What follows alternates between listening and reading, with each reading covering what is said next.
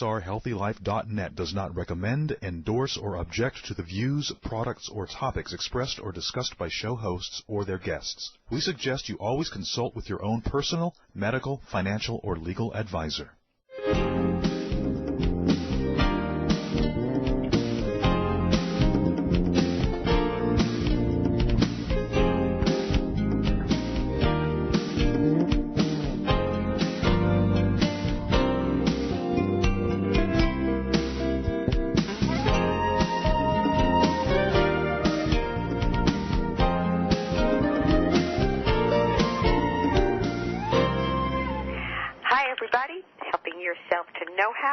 Why you're here with Dr. Greer, and you're listening to the Doctor On Call Hour at HealthyLife.net.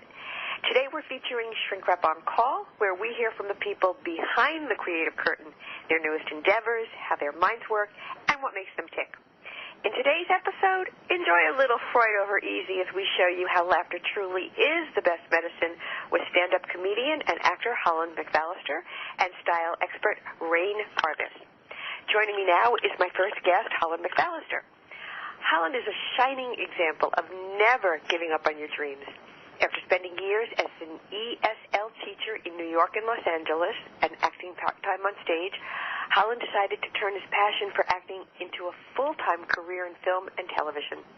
He made his TV debut 6 years ago this month on Disney's Hannah Montana and has gone on to work with such stars as Kelsey Grammer, Martin Lawrence, Cloris Leachman, and Dominic Monaghan. While still a teenager, he was publicity director at the Cape Cod Melody Tent in his hometown of Hyannis, Massachusetts, hosting press lunches for such talents as Joan Rivers, Carol Channing, and Zero Mostel. He's performed stand-up comedy all over Los Angeles, including the world-famous Comedy Store. He wrote a musical that was produced off-Broadway in New York and studied poetry with the late Allen Ginsberg. You have really been doing it all and covering it all, and we thank you so much for being here with us today on the show. I'm delighted to be here, Dr. Greer. It is an absolute pleasure. So given all that you were doing from very young, clearly, at what point did you suddenly say, hey, you know what, I want to be an actor? Well, you know, it's kind of been a circuitous route. I started with acting, and I seem to be ending with acting. And in between, there was a myriad of other things where I actually stopped acting for about 14 years, never thought I'd go back to it. I was in New York in most of the 90s. I had just graduated from music school, and my goal was to write a musical. And I went to New York to do that. And I did, and I got it produced off-Broadway, and it was very thrilling. Fabulous. And thank you. And then I missed Los Angeles, and I wanted to go back. But by that point, I'd stopped driving, and I thought, can you really do Los Angeles without a car? Absolutely. And at that point, I thought, I'll give it a try, and I came back. I was teaching at that point. I was teaching English as a second language. I started doing that in New York at language schools and a college, and I got into that out here, no intention of acting, and a couple months into being back in L.A., it was like, I think I want to act again. And I have to say, my passion for it is greater than it ever was. So what was the turnoff? Was it one particular bad project or one bad experience? I know talking with a lot of different people in the acting arena, sometimes one miserable audition or one miserable part can be that turnoff. Couples have it. One bad comment can stop people from pursuing an activity that they enjoy together, or even kissing, or dancing. One cutting critical experience. What? Yeah. Do you know what it was? Well, that's a good question. I do know I was in New York back in the 80s just for 9 months pursuing acting, and I wasn't auditioning well. I think I had such mixed feelings about it, and I think whenever we have mixed feelings about something, we're pulling ourselves in two different directions, right, and we can't move forward. Well said. So there were things that I loved about acting, and there were things that I disliked, and I think that's it. I think I was just pulled too many ways, and now I have to say that also has to do with maybe mastering what I have to offer, mastering my talents a little bit more so that I have a little bit more confidence. And I think that's been a large thing with acting is, the great thing with acting, Dr. Greer, is that it mirrors your life. And as your life changes, it informs your acting and your comedy. You know, everything informs each other. You know, it's so true what you're saying, and what's so striking, what I find so striking, is the versatility and flexibility that so many people in the acting, you know, in the entertainment industry have, yourself included, that you start out on the path of acting and then suddenly find yourself becoming a musician, well, not becoming, but manifesting your musical talent, writing an off-Broadway play. And then there's comedy. It's amazing that you can keep so many balls in the air and have the talent and the interest to sustain them all. Well, thank you. And, often I only have one ball in the air, to be honest. It's almost like serial monogamy. I go from one for a period to the other for a period. But, I had an identity, thing at one point where I was going, am I an actor? Am I a composer? Right. And a friend beautifully said, you're a creative person. Beautiful. However it manifests. And that was lovely. Yes. I don't have to be doing this. It's okay if I'm not doing that.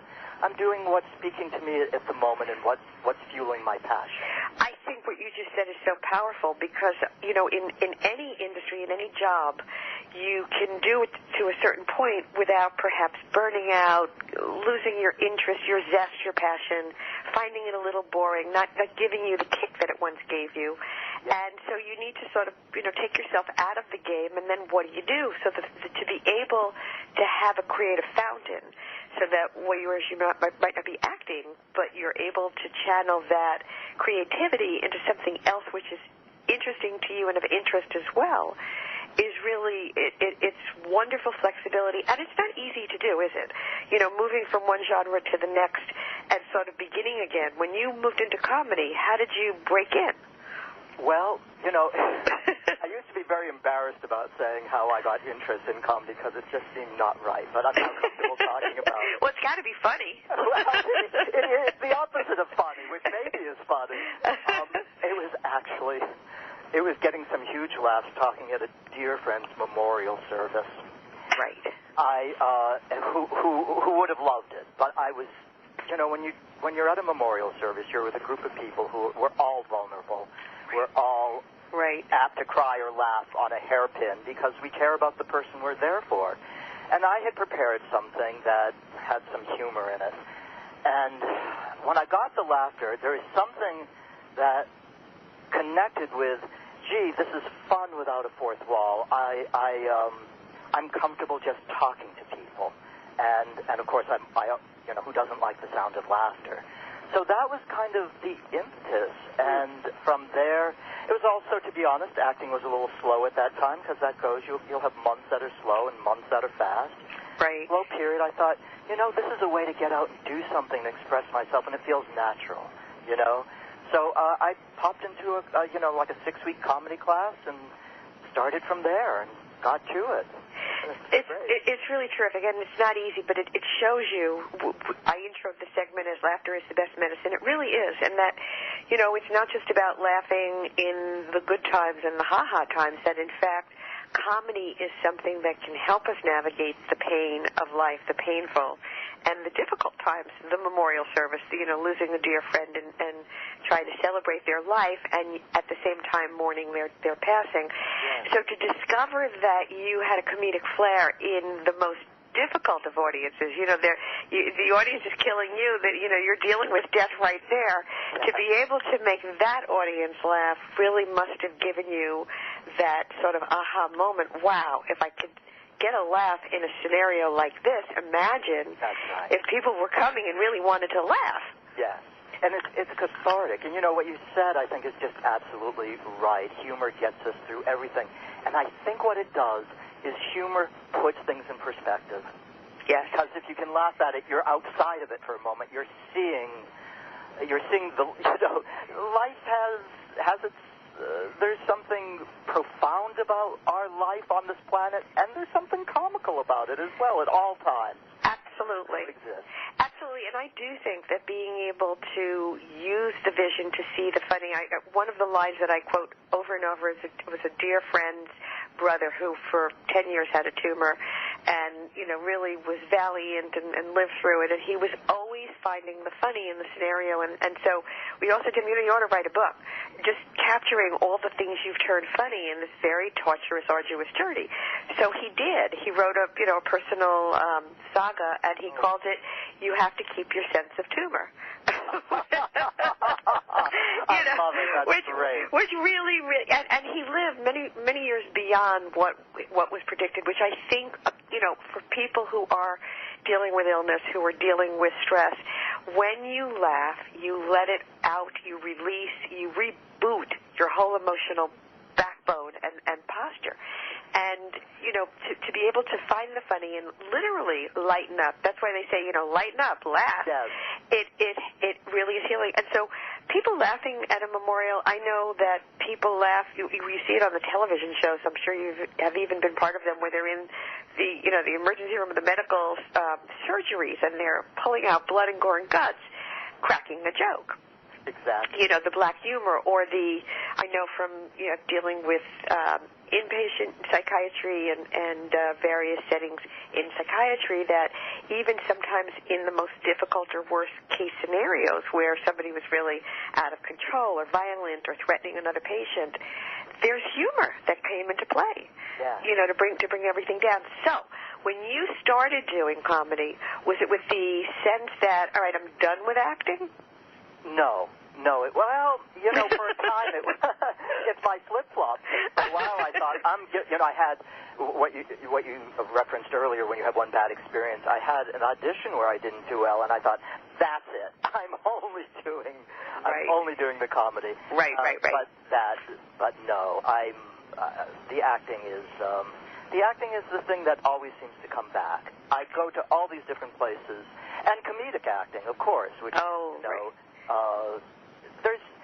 there's a great difference between the stand-up and acting, and it's one of the things I love about acting is that you're really part of a group experience. You're with the stand-up, it's you and the audience, so you do have that group, and I love that. Stand-up is theater. I started in theater decades ago, and so stand-up feels like a return to that.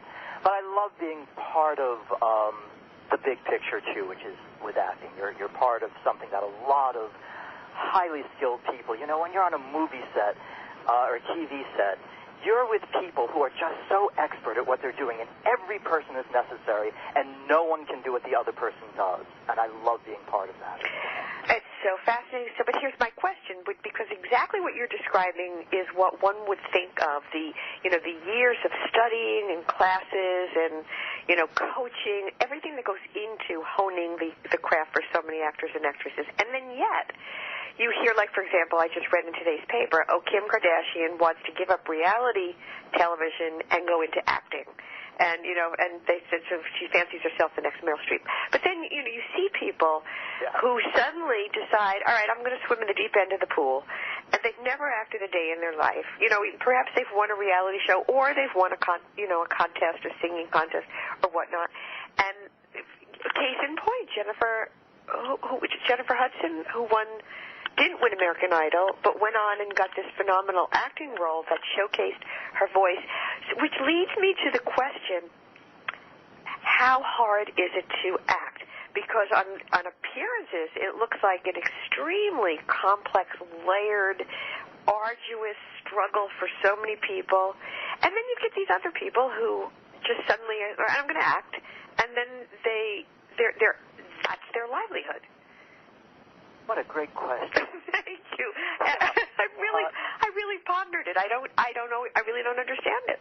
Well, I'll say a couple of things. The first thing is that entertainment is a broad spectrum, and what you expect from Meryl Streep is going to be different from what you expect from Kim Kardashian. And when you watch certain shows, I've been watching because everything is available to us on the internet now. I've been watching some '80s shows that I grew up with. I watched Heart to Heart last night. And I'm not picking on that show in particular, making a general statement. The acting, the bar was not that high. The bar is higher now. I think it's like ice skating. It used to be, two spins in your jump, and that was pretty accomplished. And now, if we you're were not falling off the floor applauding. right now, you got to do a quad or forget it. Exactly. So I think for drama, our expectations are higher. Comedy is a different story, actually. I think the comedies I grew up with, many of them are funnier, but that's a whole. I have some theories on that, but that's a whole different sidebar. In terms of the Kim Kardashians, entertainment has always had a broad spectrum. There's always been the novelty act, the people we watch for different, different reasons and different expectations and different programs. I don't begrudge anyone's success. I don't feel like, oh, they didn't deserve it. There's two words that are a cliche that I love, which is compare to spare.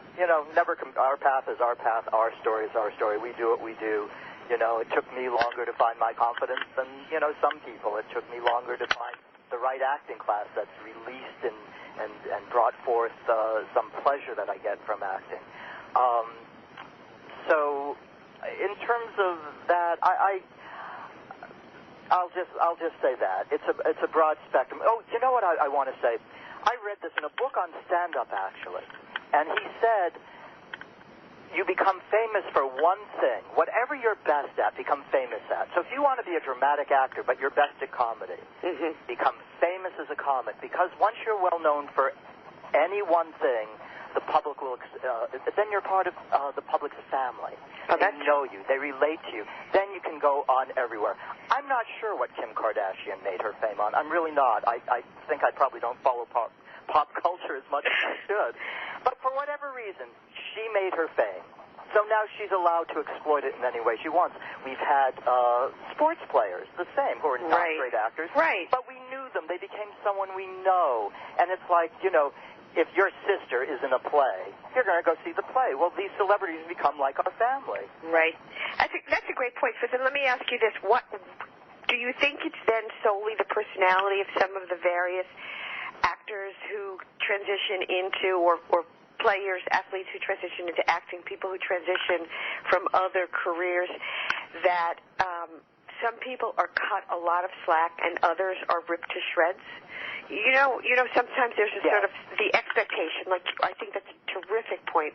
The expectation for Meryl Streep is way different than a Kim Kardashian, but that said, Meryl Streep sometimes will be held to a higher standard, or somebody who, we want to see them on the football field and suddenly they're hosting a show or doing whatever. It's like, well, what's he or she doing? They're not supposed to be doing that. What do you think makes the public more embracing when you change careers, so to speak, or change venues as you did, and accept you, as opposed to the times where they say, go back to where you were, we like you? Well, sometimes they do. Right? They do. We don't like this, we don't want to see you doing this, we want to see you doing what you were doing. Yeah. Sometimes there's the curiosity factor. And the other thing is, if they have good handlers and good managers, they're going to choose properties in which they can shine their best. They may not shine brightly, but they'll shine their best. So I think that's a large thing in how they're framed. I'll also say that you can't do this with everything, but I was on a sitcom, and I'm not going to mention the name of the star because he seemed to be a lovely, lovely man, but he was doing a style that was not what he was known for, and he was kind of being spoon-fed the performance by the director. And he was a willing, participant. He would be kind of given very specific directions, sometimes a line reading, and he would take that and perform it. So I think when they do have success, if I can go back to an old example, Rock Hudson. He was not a great actor, but he was a good-looking man, and people responded to him, and he had whatever that charisma is that comes off on film. And if you look carefully at his acting, he only played 2 or 3 notes. He knew he was smart. He knew he didn't have the high notes. He knew he didn't have the low notes. So he stuck within that range, and the properties that were chosen for him accommodated that. Meryl Streep is playing high Fs and low Cs.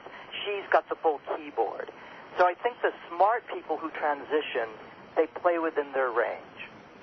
That is such a great concept and such a great response, because it makes so much sense in terms of how you can really express yourself and maintain the connection that you build with the public, because you want that. You want to sustain that in whatever move you're going to make, and also at the same time, like Ricky Nelson once said, you can't please everyone, so you have to please yourself. But he was the testimony of that, this going back, but he came to Madison Square Garden to sing his new music, and they booed him off the stage, and so he wrote a song called Garden Party. That was, testimony to his experience. He said, I went to a garden party to have myself some laughs and thought I'd play a few songs, but everybody yelled for all the old songs, and the last line of the song was, you can't please everyone, so you have to please yourself. And I think it really is a very fine balance of what you were saying before, your own personal flip-flop. How do you know what's going to please yourself, one, and then maintain your connection to the audience that you rely upon, or the people that you're working with, so that you can do what you enjoy doing. So on that note, we're going to take a break. We will be right back at the Shrink Rap On Call show at HealthyLife.net. Stay with us, back in a moment. Welcome back to the Shrink Rap On Call show at HealthyLife.net. My guest is stand-up comedian and actor Holland MacFallister. You can find him on Twitter at Holland MacF. That's HOLLANDMACF, or his website, www.hollandmacfallister.com. So, comedy, acting, what do you like to do best? Did you finally land on one side of the fence? I think I did, for now, but, you've seen my history. Right. In stone. But, it's the acting. It's the acting. Becoming other people, using my imagination, using the empathy that's involved in acting, being part of this huge wheel that creates a story. That's my fascination and my joy right now. Which is phenomenal. And do you find ever, when you're doing a role for any, for a movie or for a television show or, for a play, do you ever get bored by the repetition? It's been a long time since I did theater, and I never got bored. I never did. It was always rich to me, and it never. The longer the better, the more there was to explore. And, TV and film goes so quickly, at least, if you're not doing, extended roles or you're not a series regular. I'm on, if it's a taped show, which most of them are, you're there for a day. You're not rehearsing at all. You have 5 minutes of rehearsal before you shoot. Wow. And you're often meeting, your wife and your kids, 3 minutes before. So there's no chance to get bored on that. So it's just the nature of the work itself is fast-paced and dynamic in and of itself. It is. And are there parts or roles that you have done that have resonated with you over the course of time? I can go back to a distant memory on stage, which is, this is something everyone will know because everyone did it when they were in grade school. It was Sir Joseph in HMS Pinafore, Gilbert and Sullivan. It was a very extravagantly played production, and it was a blast. More currently, every role is precious for me, maybe partly because they go so quickly. I did one drama, and that, because I so rarely get to do drama, that meant a lot to me.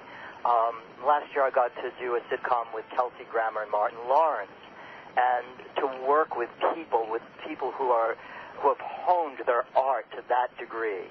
It was thrilling. So more than a role, I'll say each experience is precious. It's like each day is a memory that's, the equivalent of, people who take a 2-week vacation every year, and they always remember that vacation. Every day I'm on a set becomes a memory like that for me. That's really so fabulous, because it sounds like you have such reverence for the art, and every part becomes an opportunity to continue to learn and to continue to grow. And so you go into it with that open-mindedness. And that brings me to the next question. Have you seen people experience similar to yourself, the point where you say, all right, that's it, I'm done. The bad audition, the bad part, the bad whatever. and just then lose their taste. You know, we heard a lot lawyers who went to law school and then never practiced or practiced and then stopped practicing. And, you know, people who just shake off their profession and walk away from it and do not want to return. All the time. Especially as, you know, I'm a little older, and by this point there's a lot of thinning out, you know, especially people I went to school with, but even friends I met 2 years ago. And it's usually not so much a bad experience as no experience. It's not being able to find representation. You know, it's a little different in New York with stage, where equity has rules that every Broadway show, every equity production has to have an open call. Now, sometimes those open calls are bogus. They've already been cast, but they have to go through the paces. But it doesn't matter, because you still get to go in front of a casting director who may meet you, you know, who may remember you for the future. Here in L.A., we don't have that luxury for film and television. You can only get into the room pretty much through representation. So people give up because they can't find representation, or they have representation and they're not getting called in, or they're getting called in and they're never booking. So out here, I see the greatest attrition is just through no experience rather than bad experience. Though I also know the bad experience that does turn some people off is it's very common to do great work and to have it cut. And I've virtually every show I've done, the best moment I thought that I had was cut. Yeah, that's the worst. It's never a done deal till it rolls, really. Yeah, and then, you know, I've known people who, you know, their part was cut completely. You know, nothing was left. Mm-hmm.